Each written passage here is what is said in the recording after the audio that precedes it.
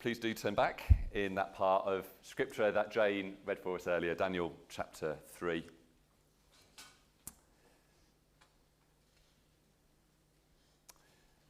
It's a remarkable story, isn't it? But I wonder if sometimes when you hear these stories of great faith, that rather than being encouraged and spurred on, you're actually left kind of deflated. I remember a few years ago trying to encourage a friend to read more Christian biographies, and his response was just that.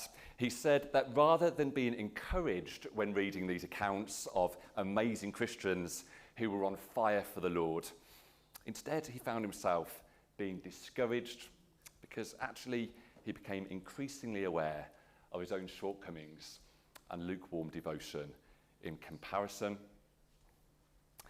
And I get where he's coming from. My dear dad, who died just 6 months ago, had started to write an autobiography over recent years. And from the bits of that I have, I see something in his life which makes me question my own devotion to the Lord. So, for example, he writes of the first night he spent in the RAF up north in Cheshire. And there, as a young believer starting life in the armed forces, he resolved to put the Lord first. So on that very first night, in front of 21 other recruits in the dorm, Dad knelt down at the side of his bed and prayed. And in the autobiography, he describes how a hush descended on the room. The noise and chatter and laughter suddenly stopped as all eyes turned to look in bemusement and shock at the strange sight of a man in prayer.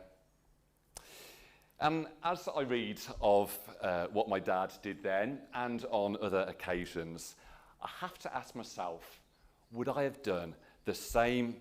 Would I have made such a public display of allegiance to the Lord, knowing the inevitable scorn and mocking I'd face as a result? Or would I have instead have done things in a more discreet, more unnoticeable way? Likewise, as I read this story of the stand that these three believers take, I'm made to consider what I would have done if I was in their shoes. Would I have stayed standing, or would I have instead compromised, perhaps justifying in my mind that it would be okay to bow down to this idol because it's not really what our bodies do that count, it's the heart that God looks at, or some other similar fudged argument? Would I have stood for the Lord, or would I have bowed to the pressure? And you know, I'm sure that dilemma is not unique to me. In fact, in the early years of the church, when Christians faced fierce persecution from the Roman authorities, there was even a name given to the many Christians who gave into the pressures they faced and disowned the Lord. They were known as the lapsi, which means the lapsed. And in the following years that followed, debate raged in the church about how to treat the many lapsi who had, under pressure, caved in, failed to stand, but who now regretted their actions and wanted to be part of the fellowship again.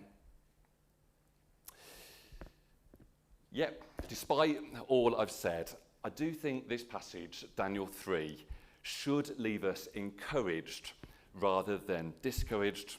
I trust this story will do us all much good today and hope it will enable each of us here to stand firmly for the Lord. I hope it'll help us to really be on fire for him. So how can we make a remarkable stand like these men did? Well, I think what we should learn today is that when you see the world as God sees it, when you see it as it really is, when you see people for what they are, when you see idols for what they are, when you see God for what he is, well, actually, it's not remarkable at all to make a stand for him, because really this story in chapter 3 is less to do with the remarkable faith of remarkable people and more to do with the faith that should naturally come from intimately knowing a remarkable God.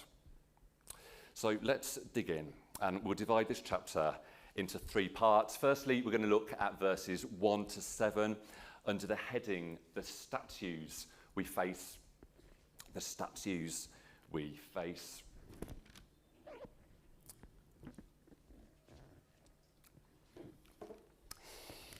Now, I've just mentioned how important it is for us to see the statues that we face for what they really are. And I think the lesson we should learn here in these first verses about the idols or statues that we face is that appearances can be very different to reality. If we see the statues we face for what they really are, it'll be much easier for us to stand up to them. Now, hold that thought in your mind, but let's tackle first their appearances. And what a description we're given in verse 1. After Nebuchadnezzar's dream in chapter 2, where he sees that huge statue with the golden head, which gets toppled by a small stone, it might seem somewhat surprising that he then goes about making his own golden image. But it may be that a long time has passed since then, and he's put all of those things and the interpretation of that dream right to the back of his memory. Or it may be that the statue that he made bore little resemblance to the one in his dream. Actually, if you look at the dimensions given of the statue here, it's 10 times as tall as it is wide. It makes you wonder if this was a person at all. Some of the commentators think this was more likely to be an obelisk or a depiction of one of the Mesopotamian gods. Well, whether it was a person or not, whether it looked like that statue in Nebuchadnezzar's dream or not, what we can say for certain is that the appearance of this statue would be very impressive. It's covered in gold and it's 90 feet tall. That's what 60 cubits means. It's 90 feet tall. And if you were standing under it, looking up at it like those people were, I'm sure you'd get a sense both of its gravitas and presence, but also probably of your own insignificance, your own smallness in comparison. But you know, it wasn't the statue that the people there that day should be most concerned about. It was the one who was behind the statue that they really had to watch. And it's as if in these opening verses, verses 1 to 7, that the writer wants to remind us of the power of this opponent, the power of the man who commanded this statue into being. So notice the way that Nebuchadnezzar is described in these opening verses. Verse 1, King Nebuchadnezzar. Verse 2, King Nebuchadnezzar. Verse 3, King Nebuchadnezzar. Verse 5, King Nebuchadnezzar. Verse 7, King Nebuchadnezzar. Verse 8, King Nebuchadnezzar. Now, what's interesting is that after this point in the chapter, the title king is largely dropped by the author. So if you were to look at verse 13 or verse 14 or 15 or 16 or 19 or 26 or 28, there he's described not as King Nebuchadnezzar, but simply Nebuchadnezzar. It seems that the writer wants to drive home in these opening verses the role and the power of the man that Shadrach, Meshach, and Abednego stand before. Nebuchadnezzar is king. He's the powerful king. And in verse 4, we see what this powerful king declares. You are commanded, O peoples, nations, and languages, to fall down and worship. The powerful king doesn't request, he commands. And the penalty for disobedience is immediate and it's devastating, isn't it? Look at verse 6. Whoever does not fall down and worship shall immediately be cast into a burning, fiery furnace. So what happens in verse 7 shouldn't surprise us at all. This gathering was of all the officials of the land. It's probable that there were several hundred people there. And in verse 7, we're told that as soon as all the peoples heard the sound of the horn, pipe, lyre, and so on, all the peoples, nations, and languages fell down and worshipped. Think of the huge pressure that would have been put on Shadrach, Meshach, and Abednego to conform. It's very difficult to go against the majority, isn't it? Often our thoughts or actions are carried along by popular opinion, and often popular opinion is wrong, but how hard to stand against it. How hard it must have been for these three men to remain standing when all around them, everyone is bowed to the floor. I wonder if they felt a kind of pull, a tug to do the same, to conform. We can see from these descriptions some of the pressures that these young believers faced that day, can't you? There was the presence of the statue, the power of the king, the penalty for disobedience, the pressure to conform. And yet, despite all of these pressures, they do remain standing. And I think there's clues in these first 7 verses as to why that was the case. Because we said at the start, didn't we, that appearances can be very different to reality. And that actually we need to see these statues, these idols, for what they really are. Maybe then we'll find that it's not so compelling to bow down to them after all. And so, as I've studied these verses this week, I'm drawn to the conclusion that the writer here had the second psalm in his mind when he wrote this account. There in Psalm 2, we see the kings of the earth fighting against God. It says in Psalm 2, verse 2, "The kings of the earth set themselves, and the rulers take counsel together against the Lord and against his anointed, saying, 'Let us burst their bond apart and cast away their cords from us.'" The kings come together to fight against the Lord, and yet in Psalm 2, verse 3, we see how God responds to this attack from the kings. It says, Psalm 2, verse 3, "He who sits in the heavens laughs. The Lord holds them in derision." I think we can imagine in verses 1 to 7, the Lord laughing and holding Nebuchadnezzar and his cronies in derision. And I think that comes across particularly in a sarcastic style of writing used here and in the turn of phrase. So let's think again about the statue, which on first appearance seemed so impressive. Look at how the writer describes it here. Verse 1, "King Nebuchadnezzar made an image." So this isn't a god, is it? It's just something that a man made. And that point is drilled home time and time again in these first verses. Verse 1, he set it up.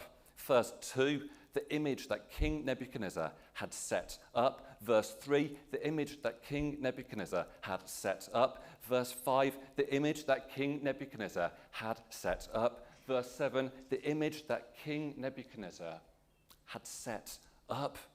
The appearance may be impressive, but the reality the writer wants us to see is that this is just a man-made, set-up object. It's nothing in comparison to the real God. Of course it's not. Notice too the way that the writer describes the ridiculous pomp of the occasion. We've got these long repeated descriptions in verse 2 and 3 of satraps and prefects and governors and councillors and treasurers and justices and magistrates and officials. Then we've got the long repeated description in verse 7 and verse 4 and 7 and 10 and 15 of horns and pipes and lyres and trigones and harps and bagpipes and every kind of music. And although at first this makes the chapter hard to read, it seems to me that in light of Psalm 2, that the writer has laid it out like this to show us just how ridiculous this all is. Can't you see that he who sits in the heavens laughs and holds them in derision as he sees this ridiculous man-made setup trying to rival him? This really is no match. There is no comparison.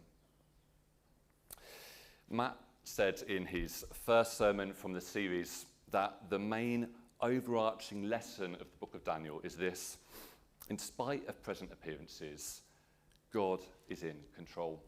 In spite of present appearances, God is in control. Can you see that behind the way things appear to be, behind our own fiery trials, God is actually absolutely in control? And if we see these statues and enemies and pressures and fiery trials for what they really are, doesn't it help you to see why it's not that remarkable to make a stand for the real Almighty God? And yet, despite knowing all of this, I think we can say that the stand that these three young believers make is at the very least very inspiring. So how do they do it? Well, let's think about that further in our second point from verses 8 to 18. The stand that we take. The stand we take.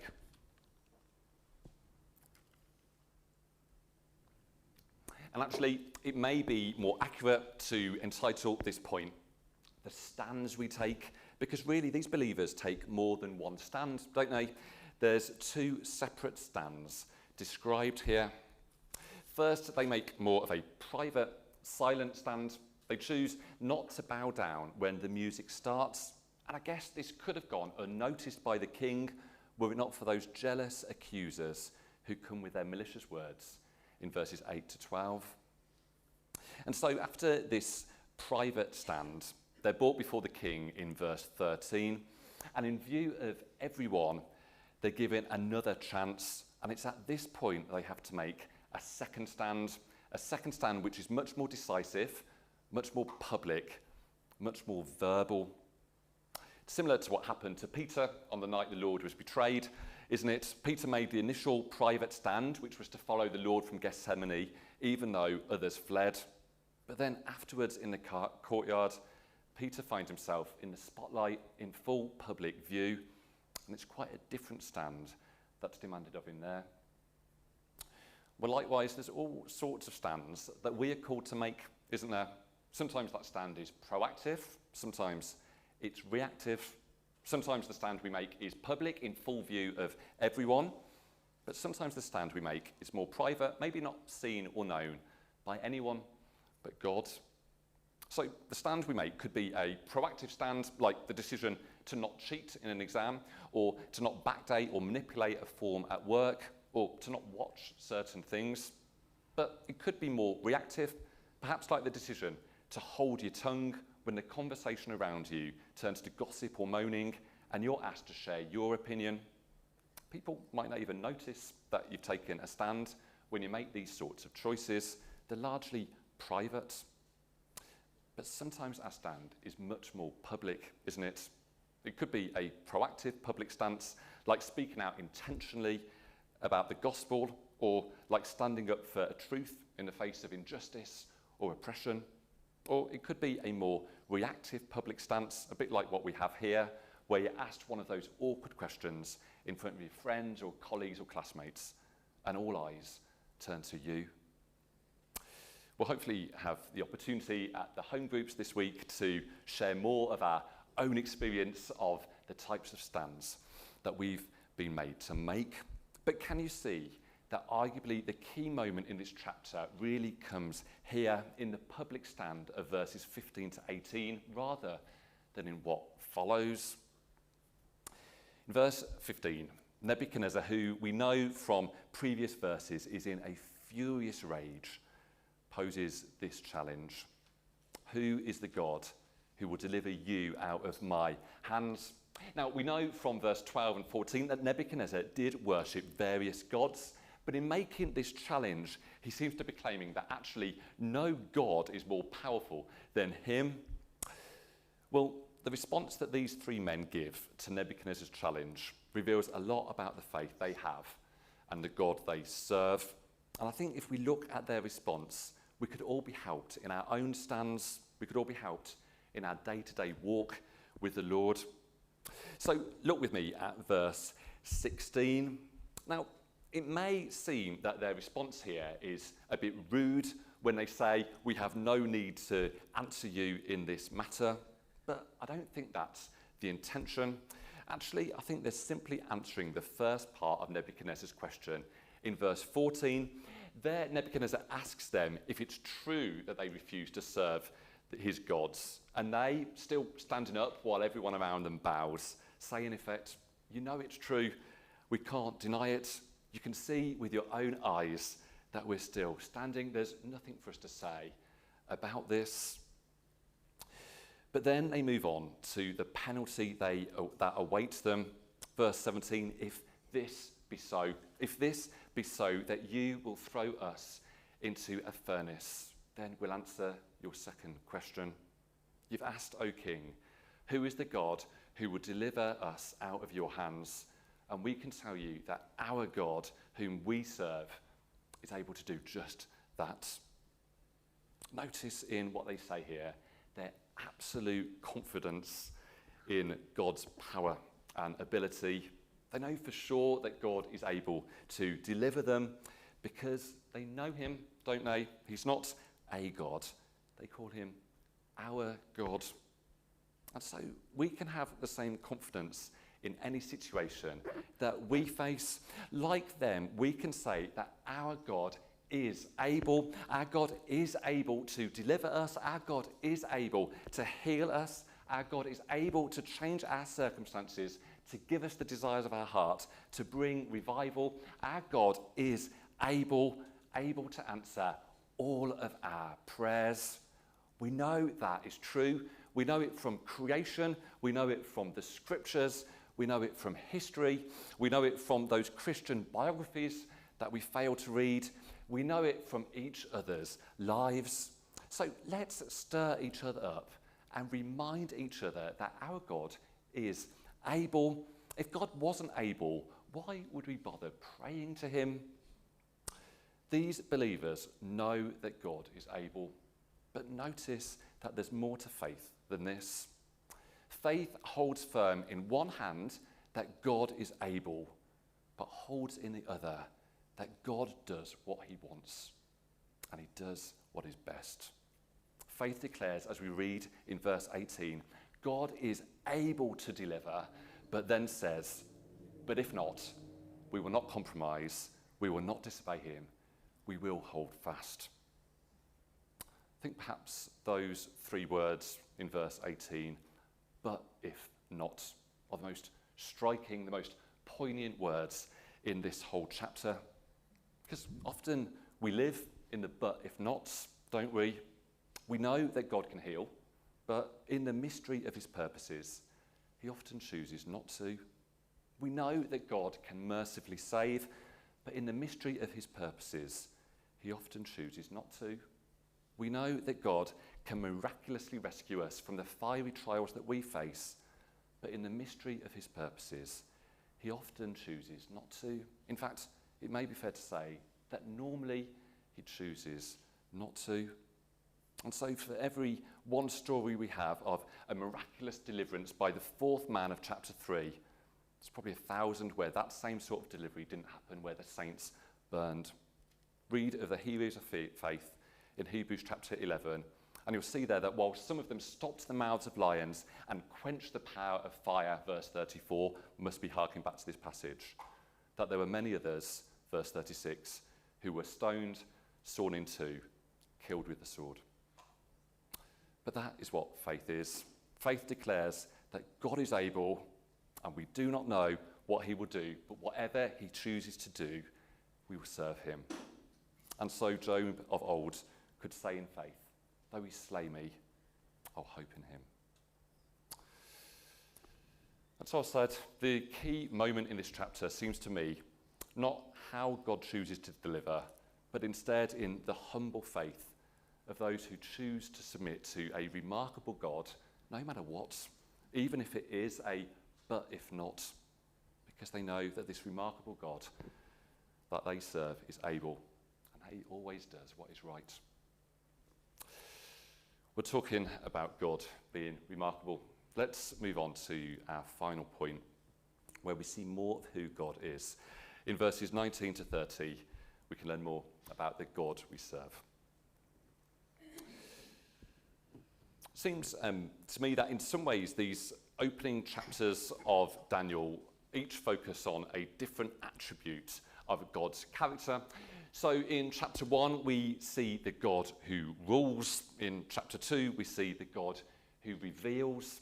And here in chapter 3, we see the God who rescues. That's the aspect of God's character I want us to dwell on just now, the God who rescues. Because remember again the question that Nebuchadnezzar posed in verse 15. He says, who is the God who is able to deliver you out of my hands? And here in verses 19 to 30, we see God answering that question in such a remarkable way that it leaves this man who people described as the King of Kings totally changed and humbled. And actually, the answer to the question of verse 14 has a huge significance, not just for Nebuchadnezzar and the three believers there, but also for all of us here too. So let's think about the way God rescues his people. And I want you to notice in verses 19 to 23 just how real the danger they face is. Nebuchadnezzar, in a fit of rage, orders that the furnace is heated up 7 times hotter than normal.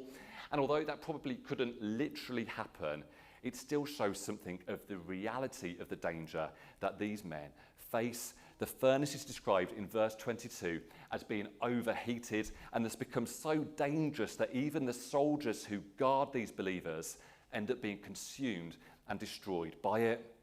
In verse 21, we're shown that these friends are totally bound.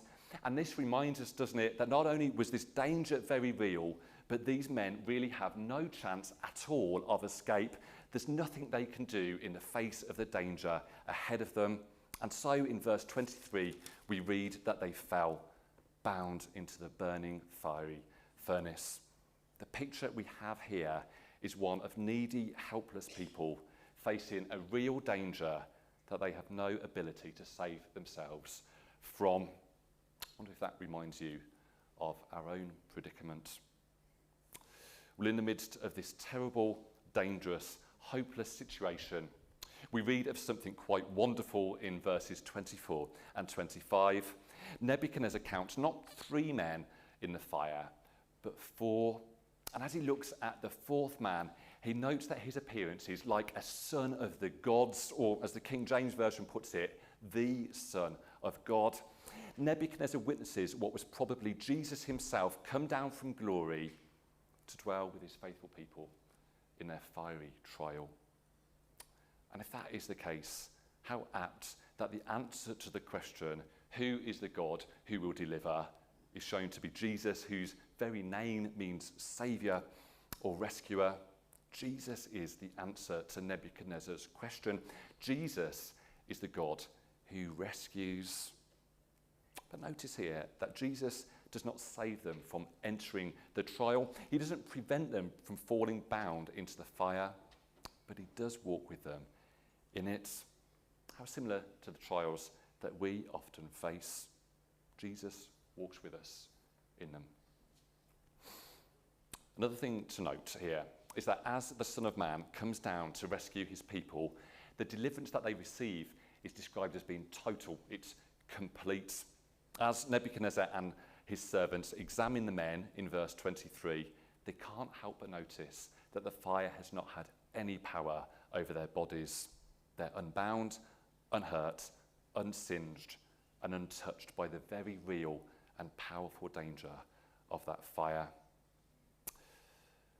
Nebuchadnezzar had asked, hadn't he, who was the God who would deliver Shadrach, Meshach, and Abednego from his hands? Well, never in a million years would he have anticipated the Son of God himself coming down into the fire and delivering these men fully from it. And so thus it's no surprise that this really does have a profound impact on that once proud, once powerful, once impressive king. The man who thought he was the King of Kings and above the gods is left humbled and forever changed. And he ends this chapter blessing God. So see the way he describes the Lord here. He acknowledges in verse 26 that he is the Most High God, and declares in verse 28, blessed be the God of Shadrach, Meshach, and Abednego. Nebuchadnezzar received the answer to his question of verse 15, and so finishes this account by sharing the answer he has learnt with all the officials of his kingdom. Verse 29, there is no other God who is able to rescue in this way. Nebuchadnezzar now realizes that this God is different, that this God is remarkable, that this God is incomparable, and that this God is worth serving. And as he sees the Son of God, Jesus, for himself, he discovers that this is the God who rescues, the God who saves. I wonder if you've experienced Jesus in that way, because as we read here of the very real danger of fire, and of the way Jesus came to deliver the helpless people from it, and of the way his people are left totally unscathed by it. I'm certain that Jesus wants us to see these things and remember and see them as a pointer to the rescue that he offers to each of us here through his very real death on the cross. The very real danger that we'll face is not fire as such, but hell.